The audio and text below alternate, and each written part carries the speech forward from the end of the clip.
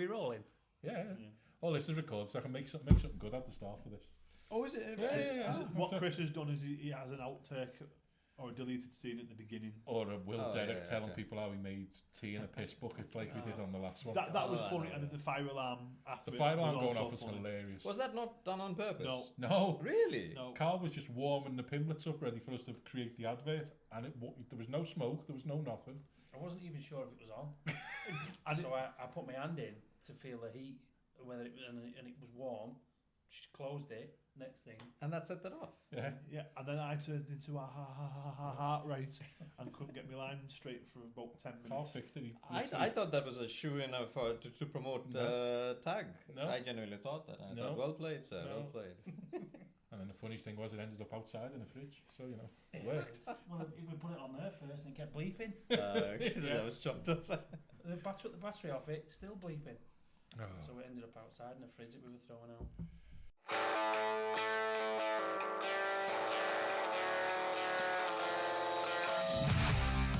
This is Silly Point, an Inside Etown podcast.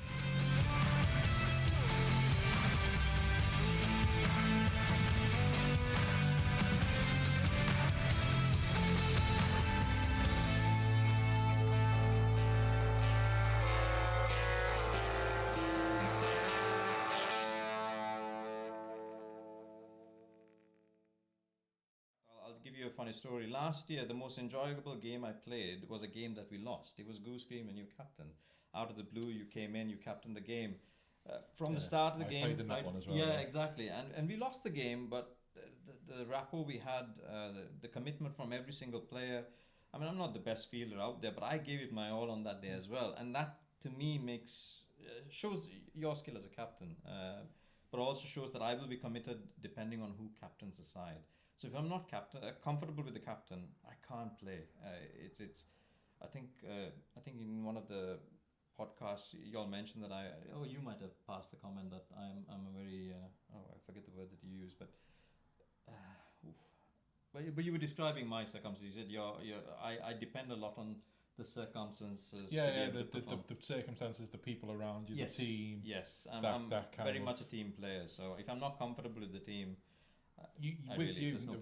Playing with cricket with you for as long as I have, no matter how good or bad your form is, if the captain and the team are there and got confidence in you, then you'll play and you'll do everything you need to. Player, you are a confidence player. Yeah. You really are. And I think with the old club as well, it's Suraj, myself and Phil all left for exactly the same reasons. Now, Carl, you mentioned about the conversation you had with Carl. It resonates with me because I think I put my name down in that last season with the previous club. I put my name down for like 14 weekends, and I got picked 4 times out of the whole season. And then I was getting earache from my wife, and what do you do now? For we can't plan anything, and you don't know until Thursday or Friday. And I think the one thing that turned it to me is everyone's favourite ground, Skelton. I rocked up there to play. Don't know why I got picked. No idea. And we were defending a low total. I think we were only defending 100 odd. Opening bowlers didn't take a wicket. Ball gets passed for me. I take a 4-for. We win the game by 20 odd runs. I take 4 for next to not including 3 edges through to first slip, and I never get anything through to first slip. 3 through to first slip. One a point. I got man of the match. The captain gave me man of the match. Put my name down for the next 2 weeks, didn't play. I was like, really? So then I was just like, and I think I had a similar thing to, I think it was slightly different. So you had a conversation with Carl. I think I ended up playing an LMS game here for the Bandits, and Carl, I think you were umpiring. I think you were umpiring and came into bowl, and I got Harry out through the gate after he smashed me for 6 then. And I took a few wickets, and I just said to you, if you ever need a bowler or someone, give me a shout, because other than LMS, because I'd stopped playing weekend cricket then. I was just playing LMS to keep myself ticking over, and then I think 3 of us rocked up the following January in the freezing cold, and I don't think we've looked back since. No. I don't think we'd ever, if I'm wrong, weird story. we'd spoken, but only via email because you had a season running the Liverpool LMS League, and that's when I had a team then. Okay. So I was dealing with you about Okay. payments and stuff like that, but that's the only kind of interaction we'd had. It wasn't until I played here for the Bandits and you umpired that we'd ever face to face. I think we played against each other. I'd played one game at Egberth for Egberth against Etown, but we'd never, other than like the shake hands at the end, we'd never interacted. Phil is obviously, you meet Phil once on a cricket pitch, you're probably going to remember him, aren't you? Because of it doesn't have to be on a is. cricket pitch, it can be miles away. You touched on before, you and I we've had some playing battles, bowling against each other and stuff. I remember us not being able to get Phil out once, and it absolutely. As captain, I was thinking, how do I get this guy out? Because we couldn't hit the stumps, or if he was padding everything that was going. So I just thought, how do we do it? And it took us ages and ages to get him out. But obviously, but then you found out we were getting 3, and I thought brilliant we got, because I knew I had experience of Suraj. What an asset, and Phil coming across was great, but didn't think that we'd get 3 absolute buttes that come across. And not only, you said something when we started about am I missed when I'm not there, and I think that's such a important sentence, that, because you are and you are and I think that is probably, without thinking about that in it that way before, when you said that, I thought, what a way to put it, because you're not like Phil, Phil's around. And I love Phil. This is certainly not, I'm not having a go at all, but he's here. He could be in there, and he's there. I feel like if I was in there, unless you were in, you wouldn't know I'm there, and I think you two are the same. And I think that's probably realising that you two aren't there is quite a compliment in terms of, and I do believe that that's the case. When you're not here, you're missed, because you just get blended in so quickly and so beautifully. It might not always go great out there in terms of playing, but you contribute because you touched on it. You're part of that team. Whether you get 50 or you get wickets or you don't, you're still part of that team. And I think that's you're just 3 of the best signings. Obviously, we can look at the obvious signings that we've had in the last 5 seasons or so.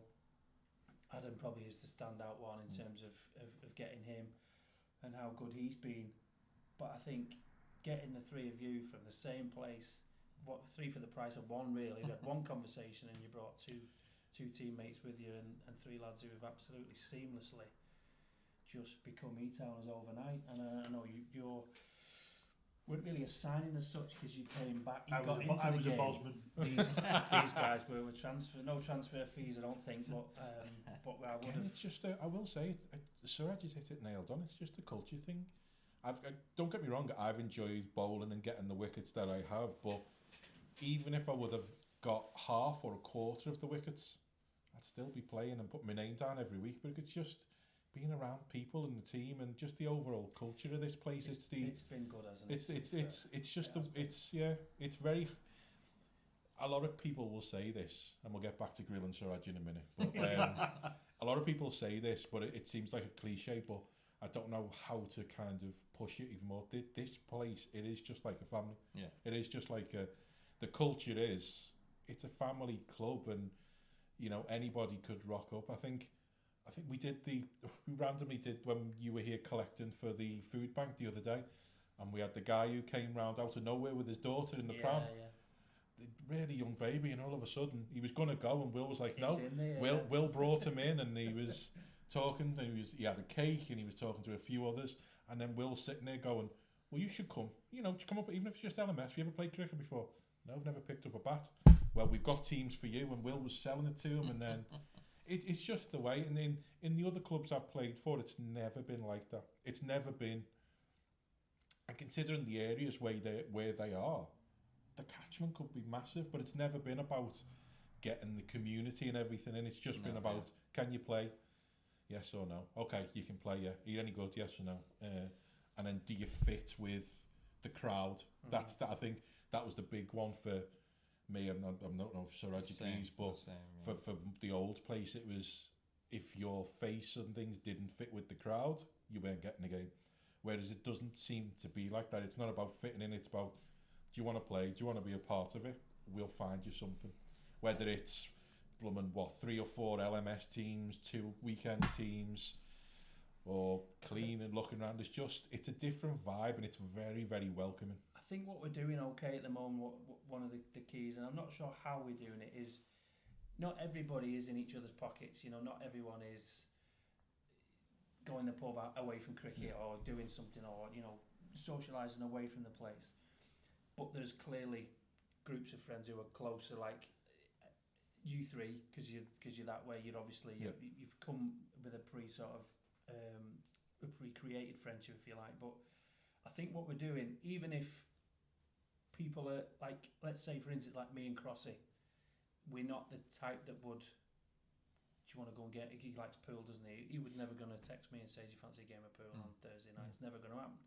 But when we're here, you would think that we're good friends. Yeah. And I think that's important. Everybody's different here, and now because there's so many more members than there ever has been, there are people who have absolutely nothing in common apart from cricket.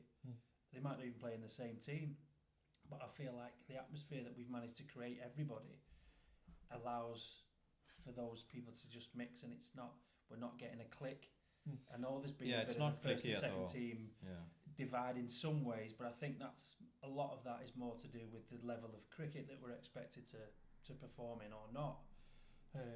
But I do think, like some of the presentations from the end of season dues, some of the socialising we've done after games, it's great to watch. I didn't play that much back end of last season, so I got to watch a lot of come here for the second team games, and it was nice just to see just a group of guys enjoying each other's company for the afternoon. I mean, it's not always perfect because you have so many individuals. You can't please everyone at the same time.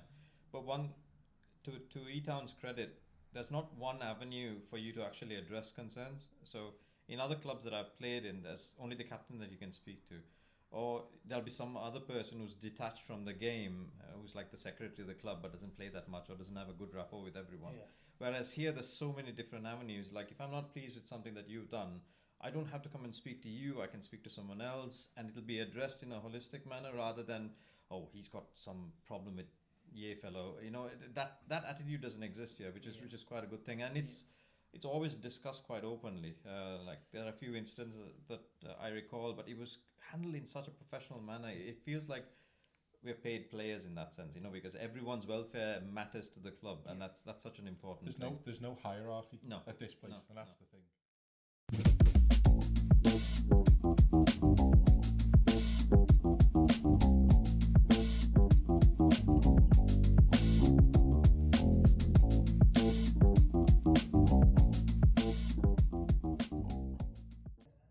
Jordan Smith, wicket-keeper, batsman, and at the time of recording, first team captain.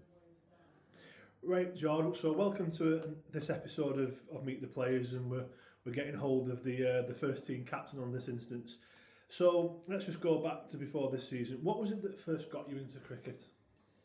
I think it was the 2005 Ashes. I'd never really thought about cricket before. We always played footy as a kid. I was only 12 in 2005. But one of the lads that lived near, that year he started bringing cricket set out through the summer, and we were going playing cricket on the field and going back to us watching the highlights of the Ashes on Channel 4. So from then on, just kind of went with it. Yeah, a bit of Mambo number 5 with the introduction. So obviously that's a great story about how you got into cricket, because that was an iconic series. But how did you end up at Earlestown? Touched on there, always played footy. Was still playing football up until about 25. But a few years before that, my old football team did like a bit of a fundraiser match with Carl at Earlestown, where we took a bit of a reserve Earlestown team on in a cricket match. And then after the game, Carl kind of pulled a few of us to one side and said, look, at the time we were struggling as a club. Do any of you want to come and make the numbers up, basically? So we came down from there, me, Gremmers, a couple of others, but me and Gremmer the only two that still survived. Right, again, that's interesting. Now you've converted from football to cricket, and obviously it's still in the Earlestown area as well.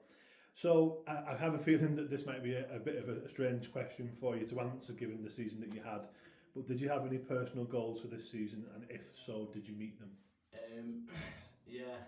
I kind of did have them, and then at the 11th hour was asked to step in and be captain for the season, so it kind of changed my approach to the season. So it went from having, in the back of your mind, having 300 runs, take 30, keeping wickets, stuff like that, to just kind of focusing on trying to get the team through the season and trying not be selfish, think about how to get the team through each match, and then it very quickly changed to just win one game. I think I said it in the group chat, if we win one game I'll be happy, and we won the first game, so I was happy, then anything else was a bonus. Yeah, and finishing fourth was obviously a fantastic achievement, which we're very proud of, and we'll come on to that in other kind of topics. You've had some memorable moments at Earlestown so far. What would you say is your most memorable though? I think most people would probably say one of the cup wins we've had, depending on whether they played in either of them. That Poaching Cup that we won a few years ago was a big one. Obviously Ollie was still over from Australia. It was a good season we had then, we won the double. But I didn't really contribute much in terms of batting, and I think I got a golden duck that day actually in the final.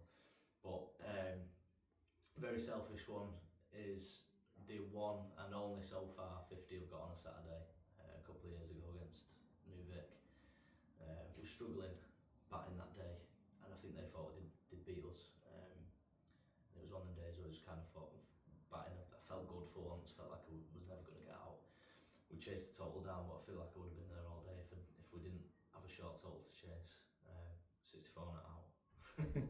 Well, specialist fielder Harry McCormack did pick the Poaching Cup as his most memorable moment, so good on you for going with a personal accolade.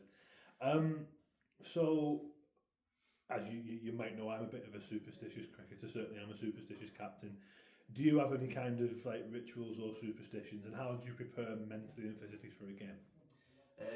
Superstitions, I guess, it's very loose term. I'll always put my left boot on first, but it's just something I've always done from playing football. I kind of get ready left side first, so left boot, left leg in the pants, etc.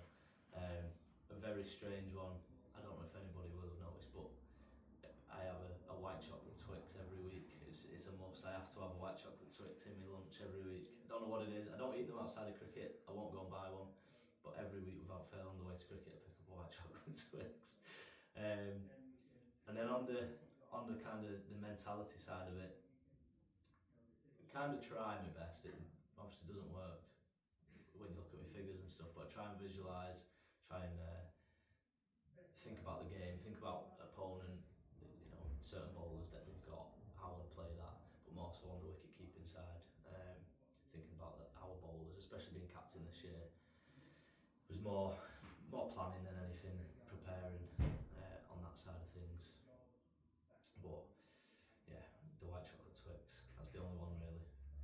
Yeah, no, that's interesting. It's nice to know that people have got daft things as well as me. Yeah. So final question from me. If you could have any cricketer, past or present, play for Earlestown for one match, who would it be? I don't think anybody will say this one. Going back to the 2005 Ashes, but on the Australian side, Adam Gilchrist. So obviously, like I say, that year was where I kind of first got attracted to cricket, and I just remember him just making keeping look effortless. And he also had, I think he had orange gloves. He had orange Puma gloves, orange Puma pads, orange Puma batting gloves.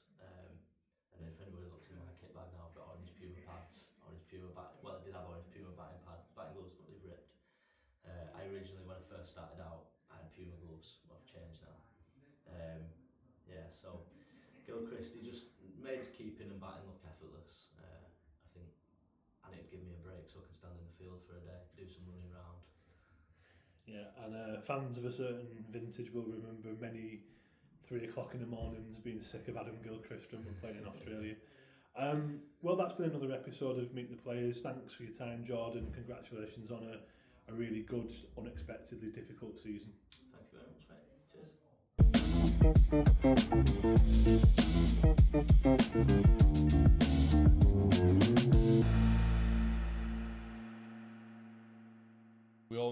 does loads. We all know George, the captain. We all know Carl does loads for everything. But then you've got Will, who does loads. You've got John, you've got your dad, who does loads. You've got Judy, who's constantly doing loads. Then you've got the people below that. There's no hierarchy, whereas as Suraj said, in the club, if the clubs have been, it's like, okay, you got a problem, you need to go that way. You got an issue with that, you need to go that way. And it's like, really, we're all here. They're treating it when it's... I think as well, we don't have one person with a particular method or a particular plan for everything that's kind of blinkered and go, this is what we're doing this year, we're going to make sure we get here, we're going to do this, we're going to paint that red, we're going to do that. It's more organic across the board. It's like my dad will have an idea, Cher will say, well, let's do that, and other lads have brought other things to the thing, like, because it's not a clique, I think, and that's one of the things I've tried ever since I took over, for it to not to be that, and have everybody welcome. And it's gone so well this last 3 or 4 years. Couldn't have dreamt it. I wanted before I said before I finished, I know this is Suraj's grilling, but I did say before I've done, I want the second team back. Yeah, that was a big blow when we lost that. Whatever it was, 13 years ago or whatever. A huge blow, because it meant we couldn't blood players properly. But it meant we also had no real strength in depth. So if we had lads on holiday, we had injuries, we had, some lads had started families and stuff and couldn't play, and it was very difficult to get any kind of momentum, and that was the dream before I finished. And like we said when we talked about the Hampton Cup and the other one, one of the best days that we've ever had, and I wasn't playing, but it was genuinely a huge day, and I loved, I thought, look at us. I mean, it's little old Etown. Look at the three of us. I think we actually pass so many clubs just to come in and play here. Like, we travel 20 miles each way just to turn up at Etown, and I think, and again, passing so many clubs along the way, which I think says a lot about Etown. Yeah. And I don't know whether you all know, but Phil Whitehead works nights as well.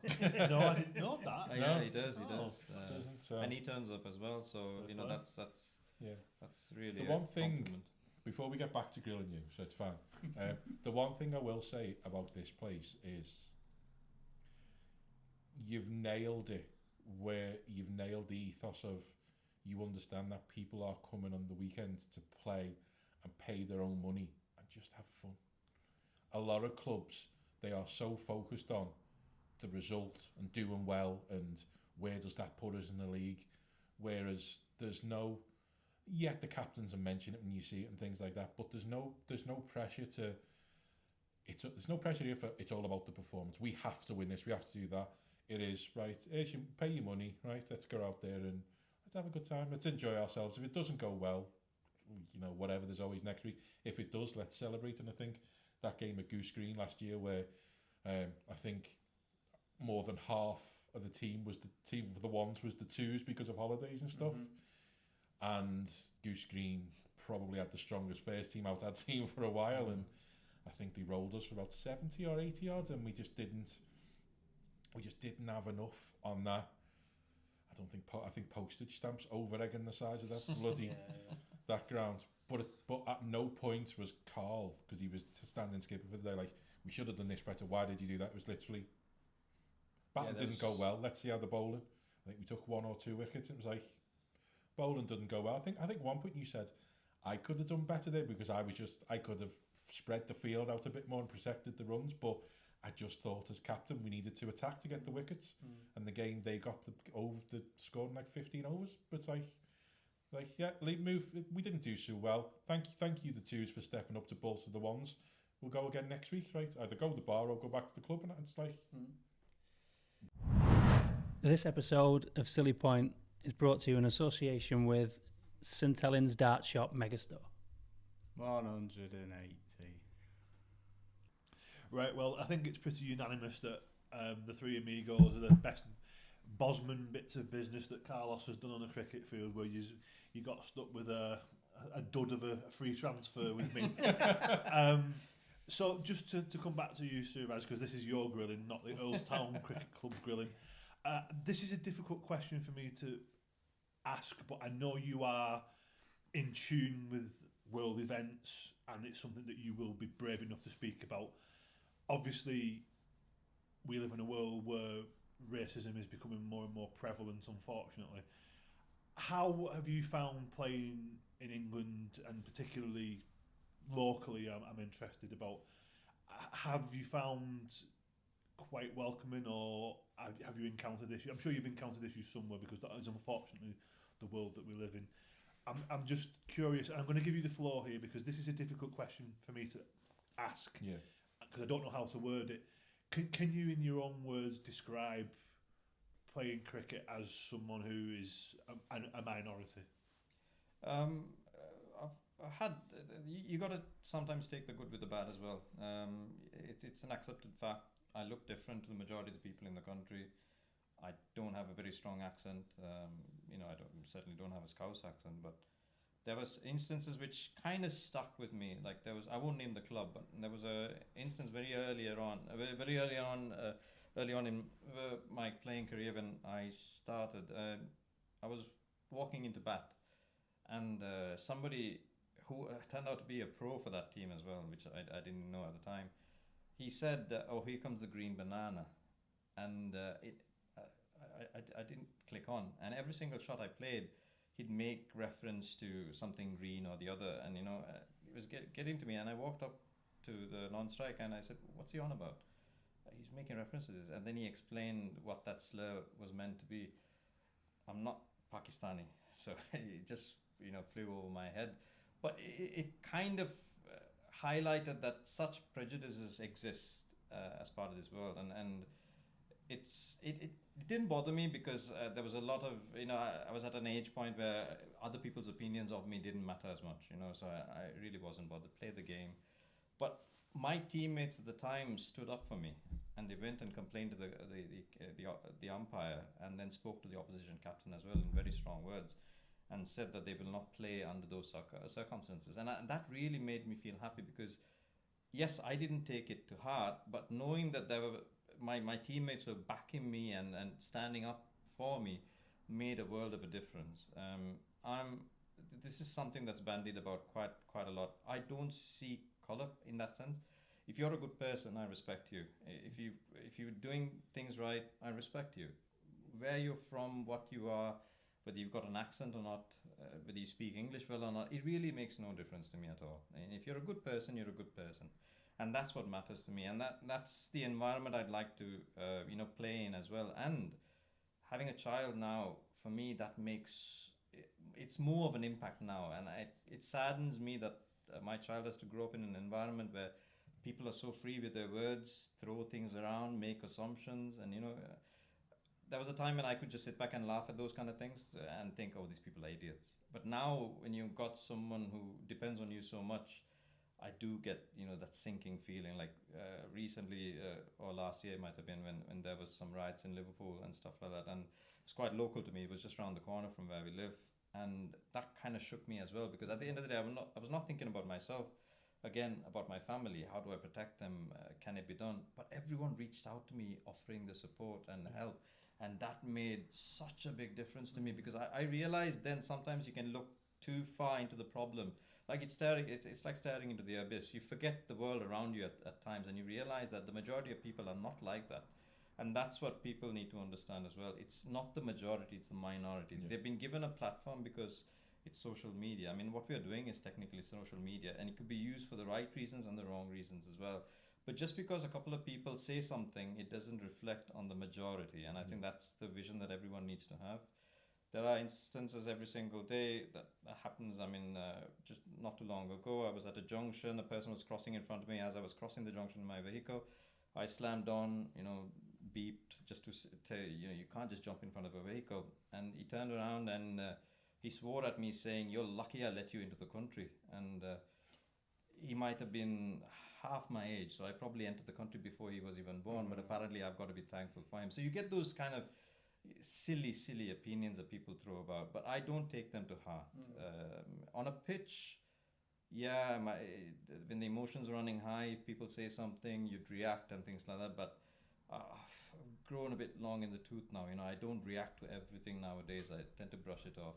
Thankfully, I have not experienced any of that in when I've been playing for Etown. But I've had everyone come to my defense whenever those isolated incidents have happened. So I wish it wasn't the case, but this is the world we live in, unfortunately. This might sound like a daft question, but you mentioned that you're too long in the tooth to deal with it now. Is that more because you're wiser, or is it the uncomfortable truth that it just happens far too often and it's too much out there now that it's just, to put it bluntly, is it has it become too much of a normal, natural part in life that desensitized because you're so used to it because it happens so often?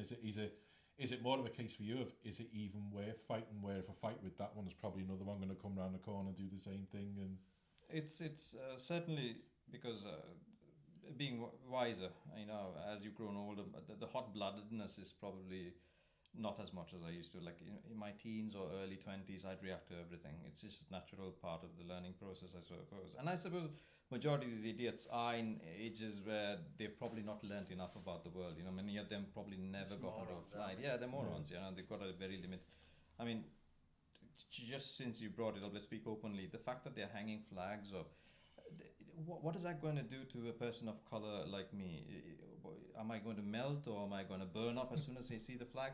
I've trained people who have fought. My background is in martial arts. I've trained people who have fought for this country.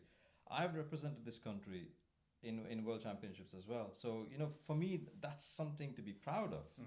I'm not going to burn up just because I saw St. George's flag or because it's painted on on a roundabout. It makes I respect the flag more than they do.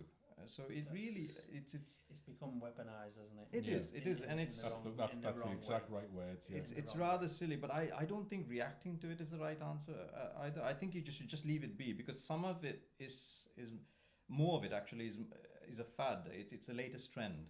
Let them do it. Let them get over it. Once they realize that it's not, it's the reaction. They're goading you on, and if you react, you fall into that. And that's something I've learned as I've become older. But saying that, I'm not an angel either.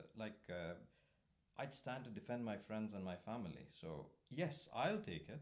Certainly, go right ahead. I'm just going to smile at your face and just get in my car and drive off. I'm not the least bothered. But if my family or my close friends are affected, then I am going to stand up and have at least say something back. So it is situational, and circumstances that can contribute to those kind of things, but overall I think I'm much wiser, so I stay away from those kind of things, to the point that I'm even considering leaving social media. I don't read comments anymore. Like you'd see a title, some newspaper article or something like that. It's not the article that bothers me as much, because journalists, they're paid by the letters they put up there, so it's the more aggressive it is, the more people look at it, the more popular they become. So they'll twist things to suit their agenda.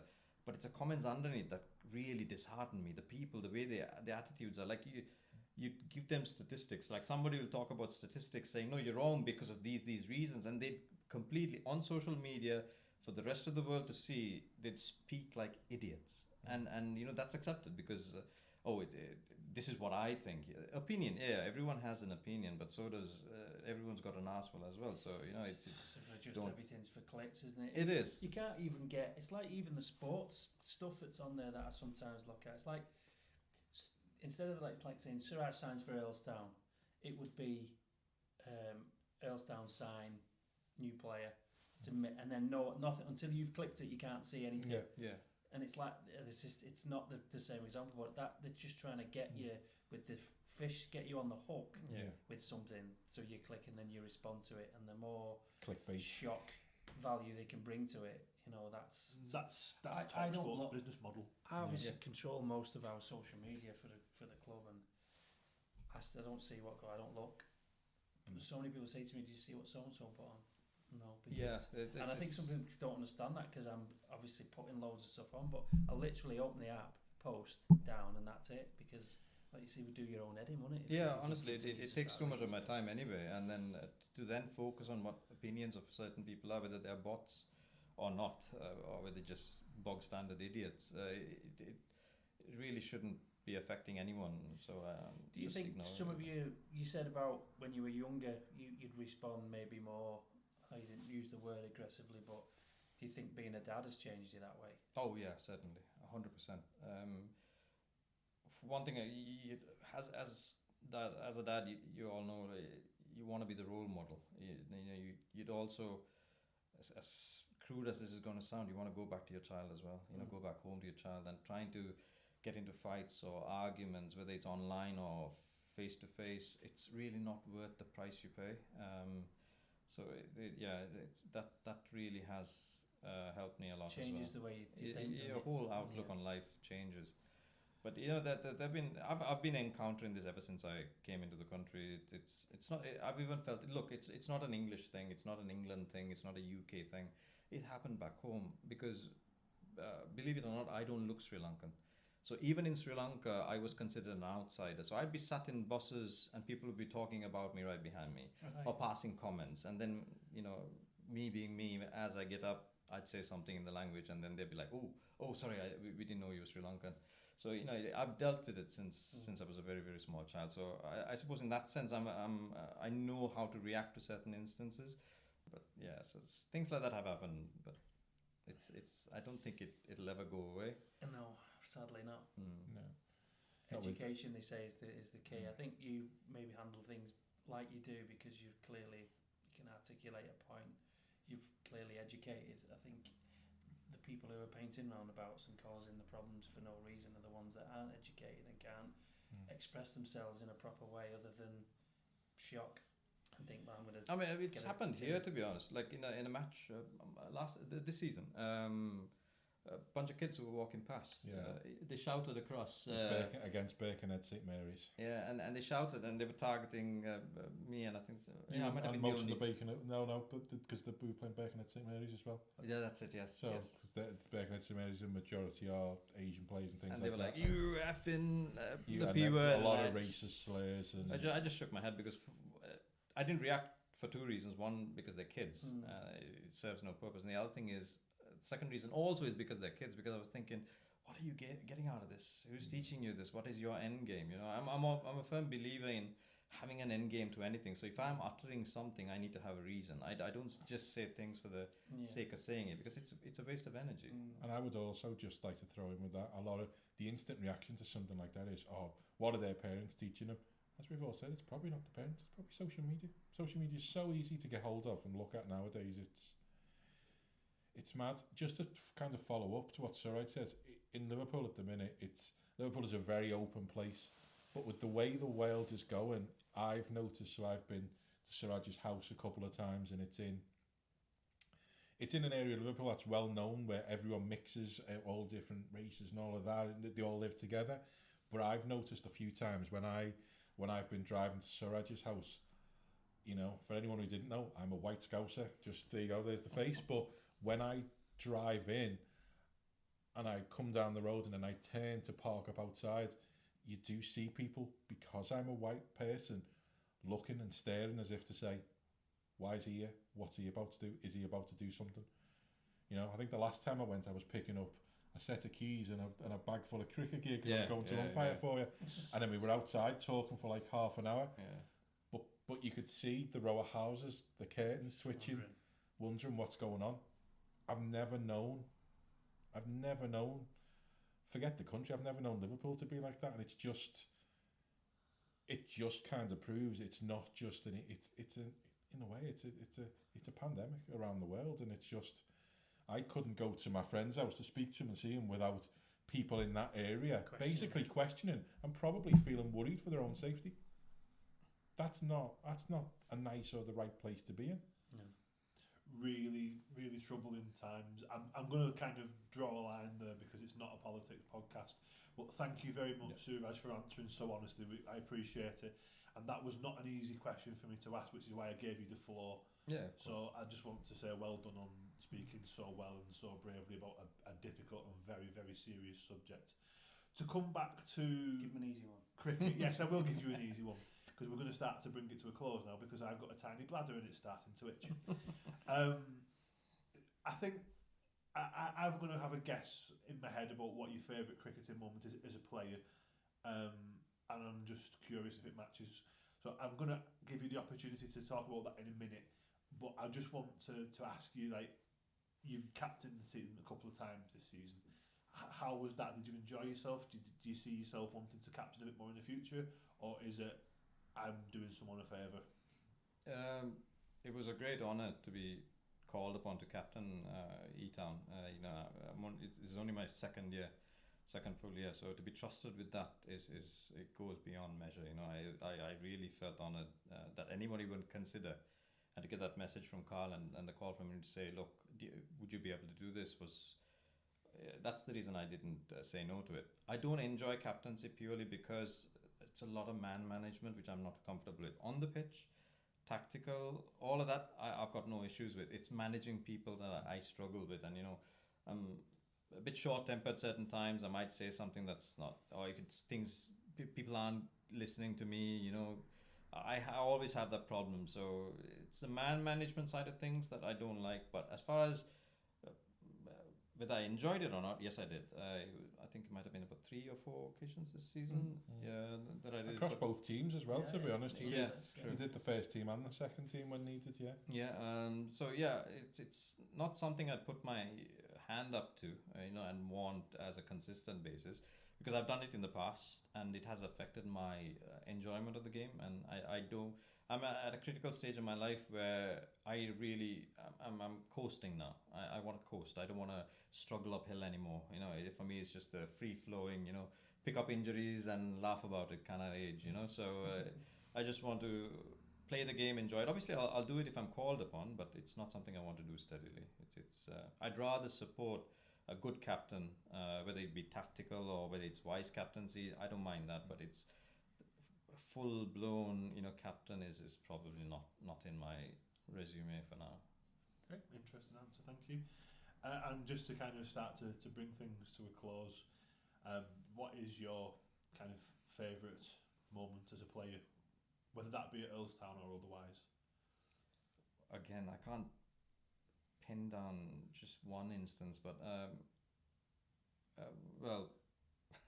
since you're speaking about my former club, I think my debut year, which was last year, picking up a fifer and a hat-trick in the same game against them was probably cherry on top. Ladies and gentlemen, I was correct with my internal guess. Yes, we knew it would be there. That's one of the incidents, and one of the games, memorable games, and the other was probably captaining at Goose Green. We'd played them before. Earlier on in the season, we'd won that game, and the captain is also a Sri Lankan and the second team captain was a Sri Lankan. And he shook my hand and he said, when you all come over, this isn't going to happen. We're going to win. And I was like, smiled and shook his hand. Never thought anything about it. We turned up at Goose Green, and we played out of our skins. We bowled them out for a very low total, I think. Was that the one where you captained because none of the twos played? Because it was the cup final. Yeah, cup final on the Sunday. So that Yeah. was the one where it was a twos team made up of nobody other than Dan, who was playing in the cup final on the Sunday, and you bowled them out for 27. Yes, that's and the match lasted 45 minutes in total, which is a good job. And we were playing against rain. Rain Rain was incoming as well, and we bowled them out for such a silly total. And at the end of the game, he came and shook my hand again, and I smiled at him, and he realised why I was smiling, and he said, "Oh, well, you bought first team players, haven't you, to play this game?" And I just shook my head laughing, and I was like, "No, some of them had never played before." So that was a memorable game as well. And I think as well, just to go back to your captaincy, I was completely comfortable, as I would be with Merle, going to you and saying, "Hey, we've got a cup final tomorrow, and I've not bowled much because I've had kidney stones. If you get the chance, can you throw me the ball?" And he was like, "Yep, sure, DT, no problem." course, we skittled them, and I don't think I did anything from Gorton Gully to Gully, to be honest. But It was. I was trying to stop the opening pair from the opening pair and save them to the end, and they kept taking wickets. I was like, just carry on, lads. These kidney stones are more like Phil working nights. Yeah, got them all the time, don't you? Yeah, and trust me, if you have them, I've you'll never know. mentioned it, but If you ever have them, you'll know exactly what I mean. So on that rather painful reminder of a note, I think unless anyone else has got any more questions, I think we can take Suraj off the grill. It's a real pleasure to have you around the club, and I haven't seen you for a few months because it's close season. You don't want to come to an igloo to film a podcast every other week. So it's been a pleasure, Suraj, and we thank you very much for your time. And again, what a brave and informative answer, and people should educate themselves and listen to that. So this has been another episode of Silly Points. Cheers, Suraj. Thank you very much. Thanks for the opportunity.